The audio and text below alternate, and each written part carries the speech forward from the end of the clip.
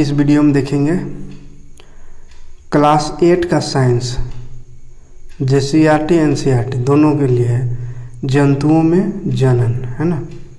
Biology का ये part है, जंतुओं में जनन पढ़ना है कैसे होता है, ठीक है। तो समझते हैं जनन क्या है, कैसे होता है। तो सभी जीव समय के साथ बड़े होते हैं और अंत में उनकी मृत्यु हो जाती है। जितना भी जीव है, जितना भी सजीव है, वो क्या होता है, छोटा सा होता है, धीरे धीरे वो बड़ा होता है, बड़ा होता है और बड़ा होते होते होते अंत में मर जाता है, ठीक है। क्या यह सोचने वाली बात नहीं है कि मृत्यु के बावजूद इस पृथ्वी पे सभी जीव की प्रजातियां किस प्रकार मौजूद है। तो देखिए, ये सोचने वाली बात है कि मृत्यु तो होता है ना, हर सजीव का मृत्यु होता है, हर सजीव जो है वो मरता है, लेकिन फिर भी धरती पे ना इंसान कम हो रहे हैं ना जानवर कम हो रहे हैं। क्यों?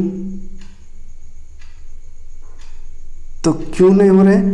तो जनन के कारण, क्योंकि वो मरता है लेकिन मरने से पहले अपने जैसा ही कुछ जीव छोड़ के चला जाता है, ठीक है, ताकि उनके जाने के बाद भी उनका अस्तित्व बचा रहे, ठीक है।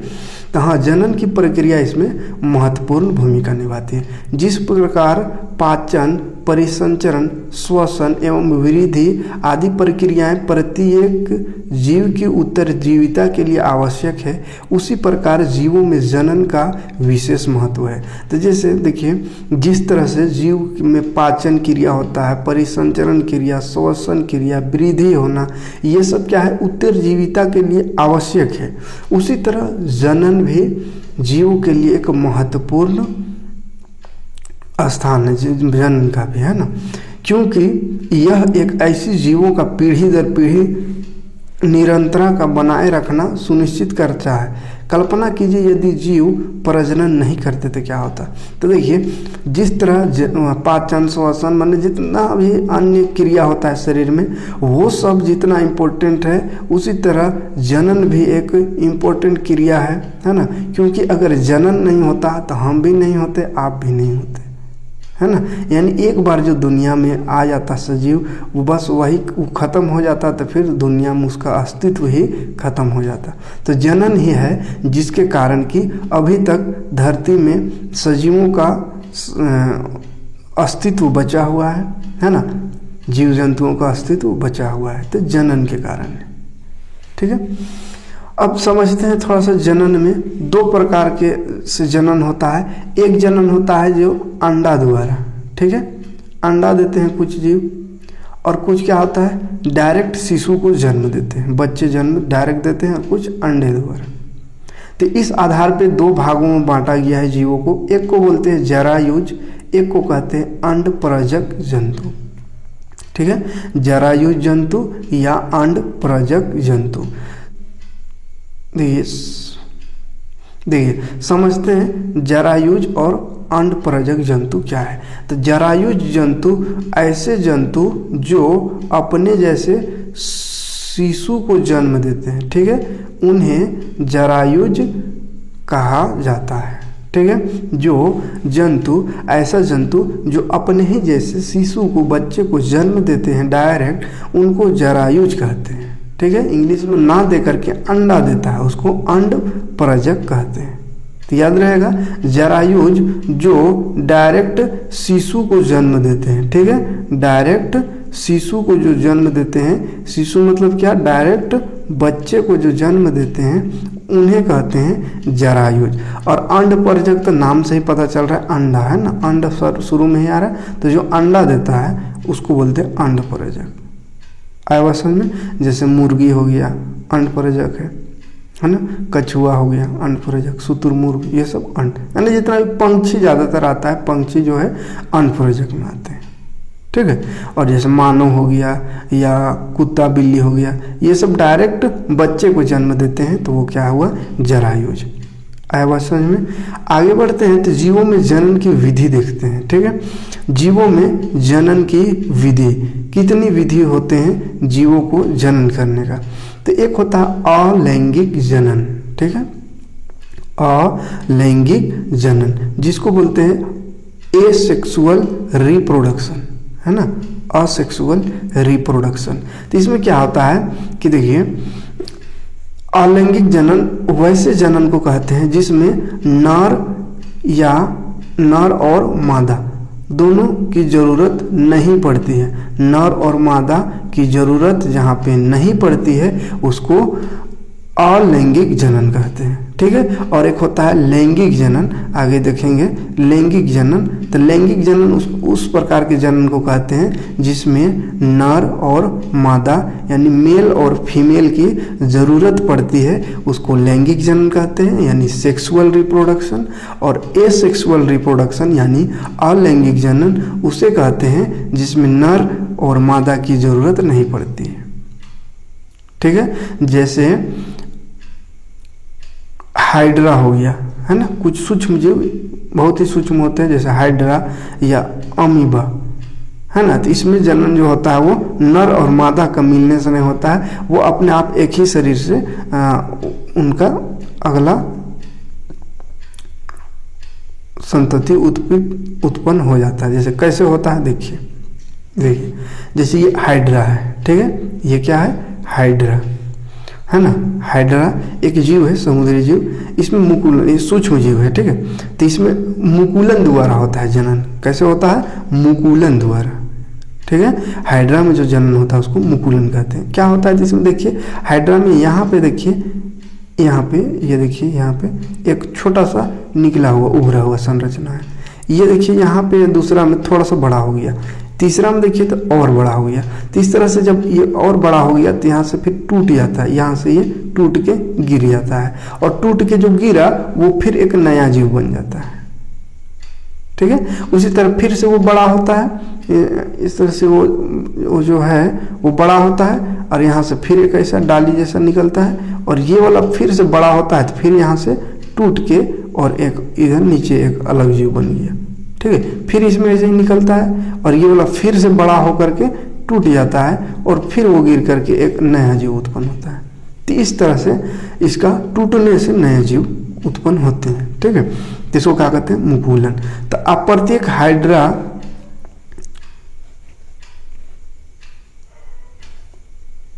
देखिए, प्रत्येक हाइड्रा में जो एक से अधिक उभार देख रहे हैं, उभार जो ये वाला उसको क्या कहते हैं? उस उभार को मुकुल कहते हैं, ठीक है। तो धीरे धीरे इस मुकुल का आकार बढ़ने लगता है। जल्द ही मुकुल के मुक्त सिरे के कुछ प्रवर्धक जैसे रचनाएं निकल आती है। अंत में मुकुल एक नए हाइड्रा के रूप में जनन हाइड्रा के शरीर से टूट करके और नया मतलब हाइड्रा बनाता है। तो उसको कौन सा जनन कहते हैं? तो अलैंगिक जनन, ठीक है, याद रहेगा। अलैंगिक जनन में ही क्या? मुकुलन कहते हैं, ठीक है। तो एक ही शरीर से ये टूट के जो हो रहा है, इसमें नर या मादा की जरूरत नहीं है। तो इस प्रकार के जनन को अलैंगिक जनन। तो अलैंगिक जनन में ही मुकुलन आता है। तो मुकुलन कहाँ होता है? याद रखिएगा, हाइड्रा में। हाइड्रा का जो ये टूटने का विधि है, टूट के नया जीव जो उत्पन्न हो रहा है, तो इस प्रक्रिया को मुकुलन कहते हैं, ठीक है। इसी तरह अमीबा में होता है। अमीबा में जो होता है उसको द्विखंडन कहते हैं, ठीक है। क्योंकि देखिए ये अमीबा, थोड़ा चित्र से इसने देखिए, अमीबा को कोई संरचना है तो इसका मान चलिए अमीबा है। तो अमीबा का होता है धीरे धीरे ये बीच से टूट जाता है, ठीक है। ऐसा होता है, देखिए ऐसा से थोड़ा सा इस तरह से होता है, ये इतना हुआ, फिर धीरे धीरे ये और सट जाता है बीच में ऐसा, ठीक है, ऐसा, और ये टूट जाता है यहाँ से टूट के दो हो गया, एक अमीबा इधर, एक दो अमीबा, तो एक से दो हो गया। फिर ये वाला भी बड़ा होकर के फिर ऐसा है, बीच में थोड़ा सा सटते जाएगा और वो टूटते जाएगा, ठीक है। इस तरह से बीच में ऐसा हो जाता है और यहाँ से टूट के फिर दो अमीबा बन गया। तो ये जो अमीबा बीच से टूट करके एक से अधिक अमीबा यानी अपने जैसे जीव का उत्पादन कर रहे हैं, उत्पन्न कर रहे हैं, तो इस विधि को द्विखंडन कहते हैं, ठीक है। तो जनन जिसमें एक जीव विभाजित में टूट करके दो भागों में टूट करके दो नए नए जीवों का उत्पत्ति करता है, जनन करता है, ऐसे विधि को द्विखंडन विधि कहते हैं, जो कि अमीबा में होता है। कहाँ होता है? अमीबा में, याद रखिएगा, ठीक है। तो ये दोनों क्या है? अलैंगिक जनन। इसमें नर और मादा की जरूरत नहीं होती है। आया बात समझ में? अब आते हैं लैंगिक जनन में, ठीक है। लैंगिक जनन क्या होता है उसको देखते हैं। लैंगिक जनन, जिसको इंग्लिश में सेक्सुअल रिप्रोडक्शन कहते हैं। तो देखिए, पिछले कक्षा में आपने पौधों और नर और पौधों के नर और मादा जननांगों को पढ़ा, जैसे पिछले क्लास में पढ़ना था 7 में। पौधा में नर और मादा जननांग होता है, पौधा में है ना, हाँ, और उसके द्वारा वो लैंगिक जनन करता है। तो जिस तरह पौधा में होता है उसी तरह जंतुओं में भी लैंगिक जनन होता है ना, यानी नर और मादा दोनों मिल करके जब जनन करते हैं तो उसी को लैंगिक जनन कहते हैं। साधारण शब्दों में इतना याद रखिएगा, ठीक है। नर और मादा जिसमें मिल करके जनन करते हैं उसको लैंगिक जनन या सेक्सुअल रिप्रोडक्शन कहते हैं, ठीक है। जैसे जंतुओं में भी नर और मादा जननांग पाए जाते हैं, जनन अंग है ना, जिसमें युग्मक बनते हैं। नर और मादा युग्मक मिलकर युग्मनज बनाता है। तो नर और मादा का युग्मक मिलता है और वो युग्मनज बनाता है, ठीक है, युग्मनज। ये युग्मनज फिर विकास होकर के, विकसित होकर के एक नया जीव उत्पन्न करता है। इस प्रकार के जनन जिसमें नर तथा मादा युग्मक संलयन यानी मिल करके जनन करते हैं उसको लैंगिक जनन कहते हैं, ठीक है। तो बात वही है, साधारण सा मादा और नर जिसमें मेल और फीमेल दोनों मिल करके जनन की क्रिया को संपन्न करते हैं उसको लैंगिक जनन कहते हैं, याद रहेगा। आगे बढ़ते हैं तो देखिए, मानव जनन प्रक्रिया देखना है, ठीक है। मानव में जनन कैसे होता है, ठीक है, मानव में जनन कैसे होता है, ठीक।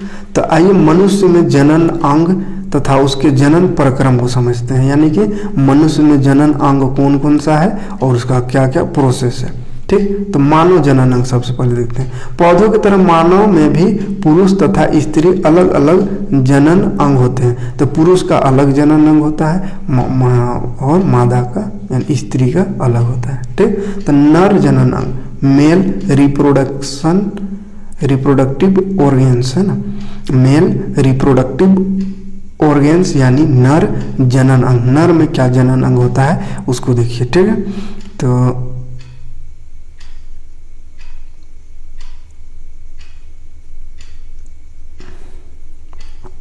देखिए, नर का ये जनन अंग का ये चित्र है, ठीक। ये नर जनन अंग क्या क्या आता है इसमें, ठीक है।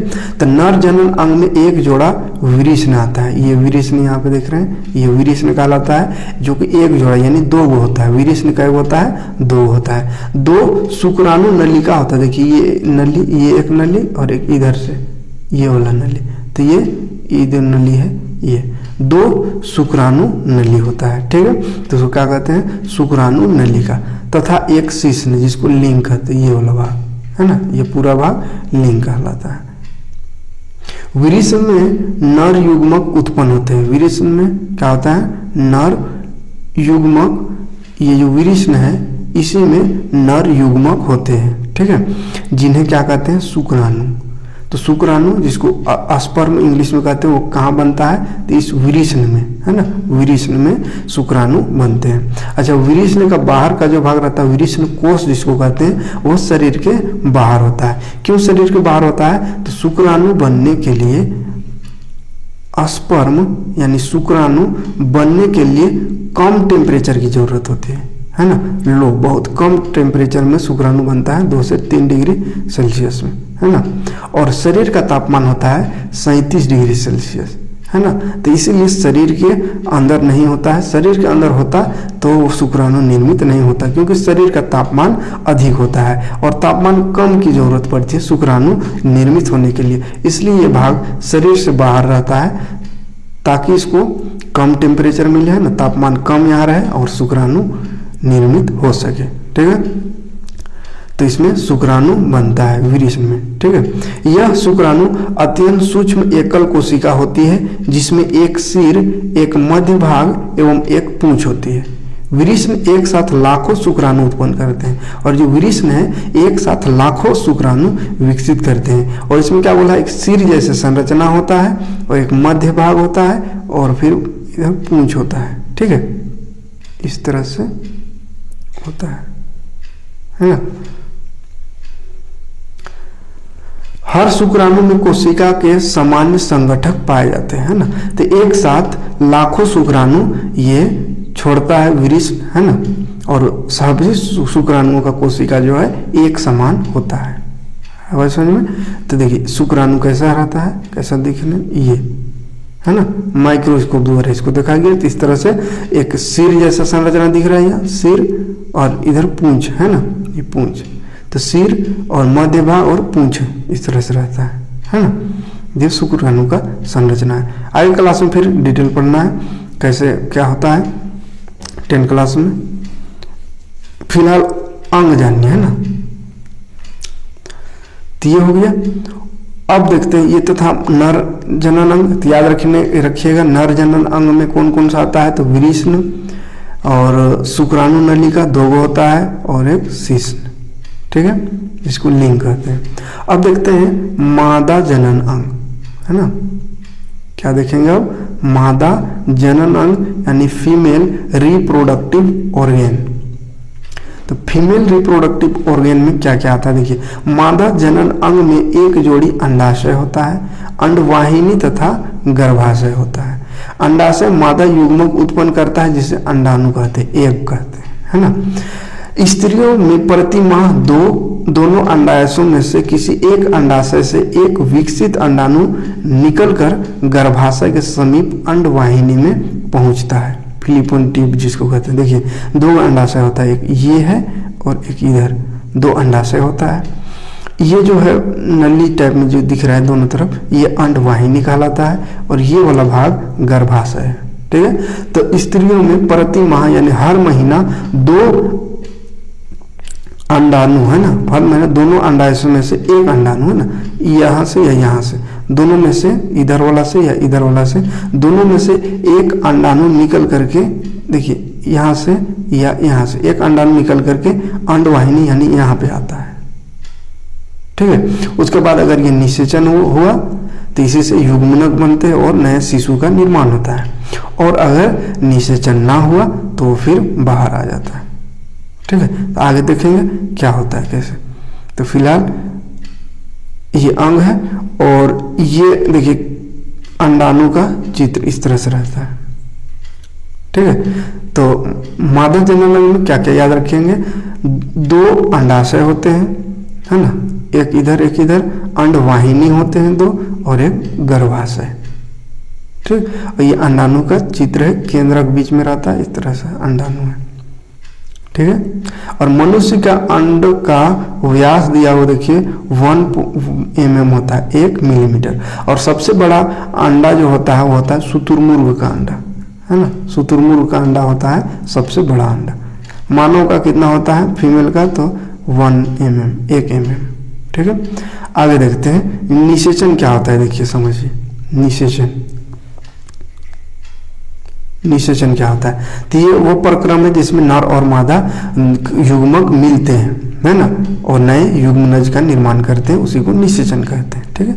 तो थोड़ा सा समझते हैं ये निषेचन क्या है। देखिए फर्टिलाइजेशन जिसको कहते हैं, ठीक है। तो निषेचन या फर्टिलाइजेशन क्या है, तो जिसमें नर और मादा युग्मक मिलते हैं और मिल करके नए युग्मनज और नए शिशु को जन्म देते हैं। तो ये प्रक्रिया जो है उस प्रक्रिया को फर्टिलाइजेशन या निषेचन कहते हैं ना, नर और मादा के मिलने पर। जैसे जनन प्रक्रम का पहला चरण निषेचन है। तो पहला चरण क्या है, निषेचन, जिसमें स्त्री यानी माँ के अंडाणु और नर यानी पिता के शुक्राणु का संयोजन होता है। तो जिसमें क्या होता है,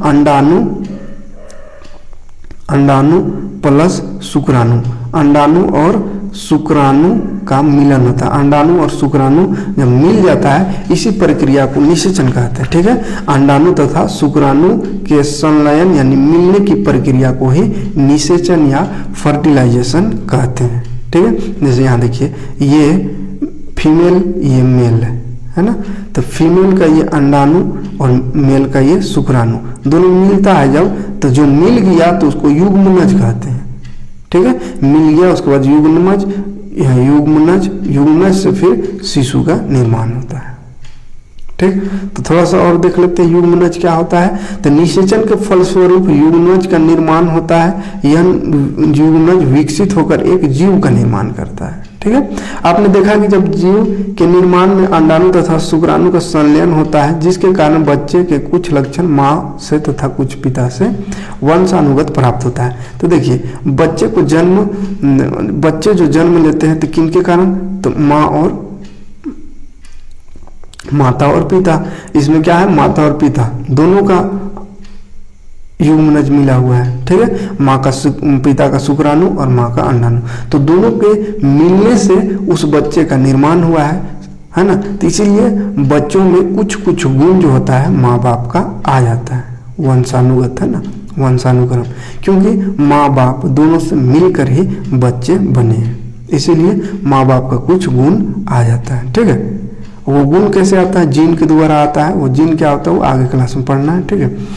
हाँ, जीन थोड़ा बता दें कि कोशिका का केंद्रक के भाग केंद्रक में के अंदर होता है। ऐसे कोशिका था उसमें बताए होंगे, कोशिका के केंद्रक के अंदर जीन पाया जाता है, गुणसूत्र पाया जाता है ना। तो वही गुणसूत्र से अगले पीढ़ी में उसका कुछ गुण जो है वो ट्रांसफर होता है, ठीक है। तो इसके बाद और एक चैप्टर है इस पर आधारित, तो उसको पहले कर लेंगे ताकि एक साथ रहे तो समझ में आ जाएगा, ठीक है। आगे देखते हैं निषेचन के प्रकार। निषेचन के प्रकार, निषेचन दो प्रकार के होते हैं, है ना। निषेचन दो प्रकार के होते हैं, एक को कहते हैं आंतरिक निषेचन, एक होता है बाह्य निषेचन, ठीक है। आंतरिक निषेचन उसे कहते हैं जो शरीर के अंदर होता है, ठीक है। वह निषेचन जिसमें अंडाणु और शुक्राणु का संलयन मादा के शरीर के अंदर होता है उसे आंतरिक निषेचन कहते हैं, यानी इंटरनल फर्टिलाइजेशन, जैसे मनुष्य, गाय, कुत्ता, मुर्गी, ये सब। तो जिसमें मादा के शरीर में, है ना, मादा के शरीर के अंदर अंडाणु और शुक्राणु मिल करके और नए बच्चे को जन्म देता है ना। मादा के शरीर के अंदर ये क्रिया होता है, शुक्राणु और अंडाणु के मिलने का क्रिया कहाँ होता है, तो मादा के शरीर के अंदर, तो उसको बोलते हैं आंतरिक निषेचन, ठीक है। अंदरूनी निषेचन, है ना, आंतरिक निषेचन। और एक बाह्य निषेचन क्या है, तो वो शरीर के बाहर होता है। शरीर के बाहर कहाँ होता है, तो जैसे मेंढक का आप लोगों ने बरसात के दिनों में अंडा देखे होंगे, मेंढक का, है ना, इस तरह से फैला हुआ एक जाली जैसा रहता है पूरा, इसमें अंडा इस तरह से। तो मेंढक क्या करती है, बाहर में ही जल में अंडे दे देती है ना। अब इस अंडा में मादा मेंढक तो अंडा दे दी, ठीक है। अब ये अंडा दे दी, इसमें नर मेंढक क्या करता है, शुक्राणु अपना छोड़ जाता है, ठीक है। नर मेंढक आता है और इसमें शुक्राणु छोड़ देता है, फिर वो शुक्राणु ये अंडाणु से मिल करके और नए जीव का निर्माण करता है, ठीक है। तो ये कहाँ हो रहा है, शरीर के बाहर, शरीर के अंदर नहीं होता है, ठीक है। तो दो तरह का निषेचन है, एक शरीर के अंदर और एक शरीर के बाहर। तो शरीर के अंदर जो होता है उसको आंतरिक निषेचन, शरीर के बाहर जो होता है उसको बाह्य निषेचन। याद रहेगा, शरीर के अंदर उसको आंतरिक निषेचन, शरीर के बाहर जो निषेचन हो रहा है उसको बाह्य निषेचन। तो शरीर के बाहर निषेचन ज्यादा मेंढक में होता है, ठीक है। यह आश्चर्य की बात है कि अनेक जंतुओं में निषेचन की क्रिया मादा जंतु के शरीर से बाहर होता है ना। वह निषेचन जिसमें अंडाणु और शुक्राणु का संलयन जंतु के शरीर के बाहर होता है उसको कहते हैं बाह्य निषेचन। जैसे मेंढक का अंडा, ये देखिए मेंढक का अंडा यहाँ दिया हुआ है ना। तो मेंढक बहुत सारा अंडा देता है ना, बहुत सारा अंडा देती है, जाली तरफ जेली जैसा दिखता है पूरा फैला हुआ, और उसमें फिर शुक्राणु छोड़ जाता है नर मेंढक, है ना। और शुक्राणु छोड़ता है फिर वहां से मिल करके और मेंढक बनता है ना। अच्छा, मेंढक शुरू से मेंढक जैसा नहीं रहता, मछली जैसा शुरू रहता है, देखे होंगे, है ना। तब धीरे धीरे वो विकास होकर के मेंढक का रूप लेता है, तो उसको कायांतर कहते हैं, आगे देखेंगे उसको भी, ठीक है। फिलहाल देखते हैं मानव में कैसे। तो ये दो तरह का निषेचन याद रखिएगा, एक आंतरिक एक बाहरी, है ना, बाह्य। अब देखिए भ्रूण का परिवर्धन, भ्रूण कैसे बनता है मानव में ना, मादा में भ्रूण कैसे, भ्रूण क्या है, भ्रूण का परिवर्धन। आपने कभी अनुमान लगाया कि किस प्रकार एक निषेचित अंडा से बड़ा जीव बन जाता है। तो देखिए एक छोटा सा अंडा रहता है, छोटा सा शुक्राणु मिलता है इससे, और इससे कैसे एक बड़ा जीव यानी बड़ा जंतु बन जाता है ना। तो क्या होता है, कैसे बनता है, देखिए आपने जाना कि शुक्राणु और अंडाणु के निषेचन के फलस्वरूप युग्मनज का निर्माण होता है। तो कब होता है, तो जब अंडाणु और शुक्राणु मिलते हैं तब युग्मनज का निर्माण होता है। तो वास्तव में युग्मनज लगातार विभाजित होकर अनेक कोशिकाएं बनाती है। ये कोशिकाएं समूहीकृत होकर विभिन्न ऊतक बनाते हैं और अंगों में परिवर्धित हो जाती है। ठीक है, देखिए शुरू में क्या है, अंडाणु और शुक्राणु मिला, यहाँ पे समझिए, ये देखिए शुरू में फर्स्ट में क्या हुआ, अंडाणु और शुक्राणु मिला, ऐसा छोटा सा जो अंडाणु शुक्राणु मिला, ये तो ये एक कोशिका है। ये कोशिका फिर टूट करके दो कोशिका बनता है, दो कोशिका से फिर चार कोशिका, इस तरह से अलग टूट टूट के और एक से अधिक कोशिका बनते रहता है। फिर बहुत सारा कोशिका एक जैसा कोशिका मिल करके ऊतक बनता है ना, कोशिका चैप्टर में समझाए होंगे, है ना, कोशिका मिल करके ऊतक बनता है। फिर बहुत सारा ऊतक वैसे मिल करके और एक अंग बनता है। फिर बहुत सारा अंग मिल करके अंग तंत्र बनता है। फिर बहुत सारा अंग तंत्र मिल करके पूरा मानव शरीर बन जाता है, या जो भी शरीर है, जो भी जीव है उसका शरीर। ठीक है, तो जो इस विकसित संरचना को भ्रूण कहते हैं। ये जो विकसित संरचना है जिसमें शुरू एक था कोशिका डिवाइड होकर ऊतक बना, फिर अंग, फिर धीरे धीरे जो मानव शरीर पूरा बन जाता है तो उसको भ्रूण कहते हैं, याद रहेगा। ठीक है, आगे देखिए गर्भ का निर्माण। गर्भाशय में भ्रूण निरंतर विकसित होता रहता है। धीरे धीरे इसमें विभिन्न शारीरिक अंग, हाथ, पैर, सिर, आंख इत्यादि विकसित हो जाते हैं। तो भ्रूण का वह अवस्था जिसमें सभी शारीरिक भाग का पहचान हो सके उसको गर्भ कहते हैं। ठीक है, तो गर्भ किसको कहेंगे, तो भ्रूण का वह अवस्था जिसमें पूरा शारीरिक पहचान हो जाए, हाथ, पैर, आंख, नाक, कान सब पहचान में आने लगे, तब उसको गर्भ कहते हैं।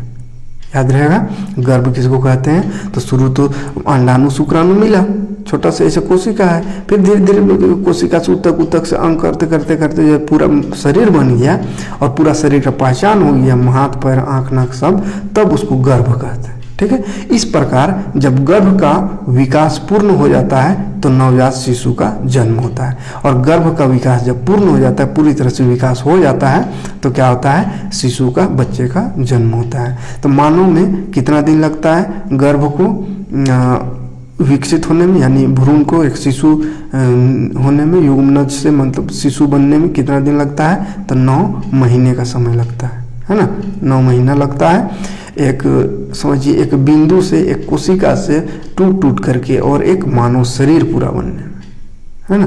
जब पूरी तरह से बन जाता है तब फिर बच्चे का जन्म होता है। क्लियर है यहाँ तक। आगे थोड़ा सा देख लेते हैं मुर्गियों का। ये मुर्गी जो अंडा देती है, इसमें कैसे क्या होता है, देखिए मुर्गियों के बारे में थोड़ा सा देखते हैं। अब आइए मुर्गियों के निषेचन एवं भ्रूण की परिवर्धन की क्रिया को समझते हैं। तो मुर्गी में निषेचन के बाद युग्मनज लगातार विभाजित होता है और अंडवाहिनी में नीचे की ओर बढ़ता रहता है। इसके नीचे बढ़ने के साथ साथ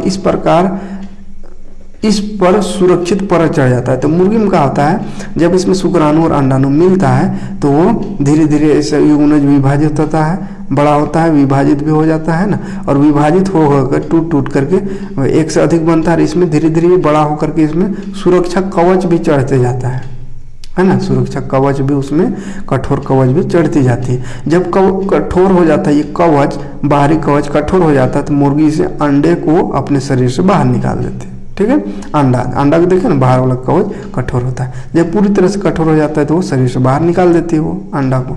और मुर्गी अंडे को चूजा बनाने में कितना समय, 3 सप्ताह लगता है ना। 3 सप्ताह उस अंडे में वो बैठती है और उसको सेकती है ना। आपने मुर्गी को अंडे के ऊपर बैठे देखा होगा, है ना, देखा होगा। इसी अवधि में अंडे में चूजे का पूर्ण विकास होता है। ठीक है, जब मुर्गी इसमें बैठ जाता है अंडा में तो उसी क्रम में 3 सप्ताह लगता है ना। 3 सप्ताह में वो उसके अंदर जो है चूजे का पूर्ण विकास हो जाता है। ठीक है, उसके बाद जब पूर्ण विकास यानी पूरी तरह से चूजा बन गया, बच्चा पूरा विकास कर गया, तो उसका कवच जो है, अंडा का कवच वो टूट जाता है और बच्चा बाहर हो जाता है। ठीक है, इस तरह से मुर्गियों में होता है। आगे देखते हैं कायांतर। ठीक है, कायांतर थोड़ा सा बताए थे इससे पहले भी, समझते हैं अच्छे से कायांतर क्या है। तो कायांतर, काया अंतर है ना, है कायांतर। झारखंड में तो जानते होंगे काया किसको कहते हैं, काया मतलब शरीर को है ना, काया भारी हो, काया ऐसा हो गया कहते हैं ना, तो काया मतलब शरीर। तो कायांतर यानी शरीर का अंतर, तो शरीर का जिसमें अंतर हो जाता है उसको कायांतर कहते हैं। जैसे मेंढक है ना, बताए थे मेंढक शुरू में एकदम मछली जैसा दिखता है ना, शुरू तो अंडा, अंडा से टेडपोल जिसको कहते हैं, मछली जैसा दिखता है ना। बचपन में कई बार पकड़ के ले भी आते थे कि मछली लाएगा, है ना। तो शुरू में एकदम बिल्कुल मछली जैसा दिखता है, फिर जब बड़ा होता है तो ये मेंढक का रूप ले लेता है, यानी इसका पूरा काया अंतर हो गया है ना, शरीर पूरा इसका अंतर हो गया। पहले मछली जैसा था, अब मेंढक बन गया। तो इसी प्रक्रिया को कायांतर कहते हैं। ठीक है, याद रहेगा कायांतर किसको कहते हैं। तो शरीर का जो धीरे धीरे जैसे जैसे जीव का विकास होता है तो उसका शरीर का बनावट भी अलग हो जाता है, उसका शरीर का बनावट भी परिवर्तन हो जाता है, अंतर हो जाता है, उसको कायांतर कहते हैं। ठीक है, सिंपल से याद रखिए, है ना। तो ये मछली जैसा जो दिखता है उसको क्या कहते हैं, टेडपोल, है ना, टेडपोल, टेडपोल। ठीक, ये टेडपोल फिर विकास होकर के मेंढक का रूप ले लेता है। तो जो टेडपोल से शिशु मेंढक वयस्क बनने की प्रक्रिया जो है उसी को कायांतर कहते हैं, याद रखिएगा। ठीक है, तो कायांतर हो गया। उसके बाद देखते हैं थोड़ा सा ये क्लोन क्या है। हाँ, क्लोन देखिए समझिएगा, किसी संपूर्ण जीव को उसके जीवित भाग को, मतलब किसी संपूर्ण जीव को या उसके जीवित भाग को कृत्रिम रूप से मात्र एक जीव, नर या मादा में विकसित करने की प्रक्रिया को क्लोनिंग एवं बनने वाला जीव या उसके भाग को क्लोन कहते हैं। यानी किसी एक जीव है, कोई एक जीव है या उसका जीवित कोई अंग है, तो उसी अंग में किसी दूसरे जीव का जब जनन किया जाता है तो उसको क्लोन कहते हैं। ठीक है, आया बात समझ में। जैसे क्या होगा, गधा का शरीर में घोड़ा का निषेचन करा दिए, घोड़ा का स्पर्म डाल दिए और वहाँ पे उसका नया जीव बनाए, तो वो कहाएगा क्लोन। ठीक है, और ये सबसे पहले, और ये जो क्लोन जो बनता है वो बिल्कुल उसी के समान रहता है, जैसे जिसका स्पर्म से, जिसका युग्मनज से कोशिका, जिस कोशिका से उस क्लोन को तैयार किया गया है। ठीक है, तो सबसे पहले भेड़ का क्लोन किसने किया था क्लोन, तो भेड़ का क्लोन सबसे पहले इयान विल्मट और उसके सहयोगी ने 5 जुलाई 1996 को बनाया था ना, जिसका नाम डोली रखा गया था। जैसे ये जो दिखा गया, ये ओरिजिनल भेड़ नहीं था, ये दूसरे के शरीर में इसको विकसित किया गया था। ठीक है, भेड़ का शरीर में। तो यानी कि कोई जीव है, वो जीव को किसी एक जीव का, जैसे ये एक जीव है, इसका स्पर्म को इस जीव में डाल दिए, दूसरा जीव मान चलिए है, इसमें डाल दिया, है ना, और इससे कोई एक नया जीव विकसित कर लिया गया तो उसको कहेंगे क्लोन। ठीक है, आगे बढ़ते हैं। तो चैप्टर खत्म हो गया है, इतना ही सा पढ़ना है। एक चीज देखिए, प्रखनली शिशु समझ लेते हैं थोड़ा सा। प्रखनली शिशु क्या है ना, इन विट्रो फर्टिलाइजेशन इंग्लिश में कहते हैं, है ना, बाहरी कृत्रिम निषेचन। ठीक है, तो प्रखनली शिशु की उत्पत्ति शरीर से बाहर कृत्रिम निषेचन, इन विट्रो फर्टिलाइजेशन, जिसे संक्षिप्त में IVF कहा जाता है ना, के द्वारा होता है। इस निषेचन में शरीर के बाहर कृत्रिम परिवेश में शुक्राणु द्वारा अंडाणु का निषेचन किया जाता है ना, कृत्रिम परिवेश में। तो देखिए इसमें भी शरीर के अंदर नहीं होता है, समझिए कोई प्रखनली मतलब ही कोई शीशा का जार है, इसमें अंडाणु और शुक्राणु दोनों को मिला दिया जाता है और यहाँ पे बच्चे का विकास किया जाता है। जब इसमें भ्रूण बन जाता है, मतलब युग्मनज तैयार हो जाता है, तब फिर इसको मादा शरीर में डाल दिया जाता है। फिर वहाँ पे शिशु विकसित होगा, वहाँ पे गर्भधान किया जाता है। ठीक है, तो ऐसा प्रक्रिया को प्रखनली शिशु कहते हैं। ठीक है। इस प्रक्रिया में अंडाशय से अंडाणु के बाहर निकलने की क्रिया को हार्मोन द्वारा नियंत्रित किया जाता है। स्त्री के अंडाशय से अंडाणु को निकालकर एक तरल माध्यम में शुक्राणु तथा इसका संलयन कराया जाता है ना। तो एक तरल माध्यम यहाँ है, वहाँ पे अंडाणु और शुक्राणु दोनों को मिलाया जाता है, तो वो बाहर किया जाता है शरीर के बाहर परखनली में, इसलिए परखनली शिशु कहते हैं। आया बात समझ में? देखिए, इसके बाद सफल गर्भधान को स्थापित करने हेतु लगभग 1 सप्ताह तक विकसित किए युग्मनज को महिला के गर्भ में हस्तांतरित कर दिया जाता है। ठीक है। जब इस परखनली में मिल गया, दोनों शुक्राणु अंडाणु मिला दिया जाता है, उसमें फिर युग्मनज बन गया है ना 1 सप्ताह बाद, तब फिर इसको महिला में फिर महिला शरीर में प्रवेश करा दिया जाता है उसका गर्भाशय में। यहाँ पूर्ण विकसित होता है तथा शिशु का जन्म हो जाता है। फिर महिला शरीर में वो पूर्ण विकसित होगा, है ना, और वो फिर बच्चे को जन्म देगी। क्या आप जानते हैं विश्व में प्रथम सफल परखनली शिशु लुइस ब्राउन का जन्म 1978 में, है ना। तो सबसे पहला ऐसा शिशु जो था वो लुइस ब्राउन था, जिसका जन्म 1978 ईस्वी में हुआ था, है ना। ऐसा परखनली शिशु, परखनली द्वारा इसको ही करके। भारत में प्रथम परखनली शिशु दुर्गा, है ना। भारत का प्रथम कौन है? तो दुर्गा नाम रखा गया उसका। वो परखनली शिशु थी, है ना। उसका जन्म हुआ था ये 1978 में प्रथम, उसके बाद 67 दिन बाद भारत में बनाया गया था इस तरह से। ठीक है। इसको परखनली शिशु एक मिथ्या नाम इसलिए दिया गया क्योंकि इन विट्रो शब्द लैटिन का मूल शब्द है जिसका अर्थ कांच का भीतर है ना। तो परखनली नाम इसलिए दिया कि परखनली यानी कांच के भीतर ही ये होता है, कोई तरल पदार्थ रहता है उसमें मिलाया जाता है अंडाणु और शुक्राणु को, और उससे भ्रूण का निर्माण किया जाता है, नए शिशु का निर्माण किया जाता है। ठीक। तो पूरा शिशु इसी बर्तन में नहीं बन जाता है। क्या होता है, इसमें 8 दिन रखा जाता है। जब ये पूरी तरह मिल गया और इसमें पता चल रहा है कि हाँ ये अब भ्रूण इसमें स्थापित हो सकता है, तब इसको फिर मानव शरीर में गर्भाशय में उसको डाल दिया जाता है, हस्तांतरित कर दिया जाता है। उसके बाद फिर मानव शरीर में ही वो पूर्ण विकास करता है। फिर पूर्ण विकास होने के बाद फिर बच्चे को जन्म देते हैं। ठीक है। तो ये सब पढ़ना था इस चैप्टर में। तो एक बार देख लेते हैं क्या क्या पढ़े, क्या क्या सीखे। ठीक है।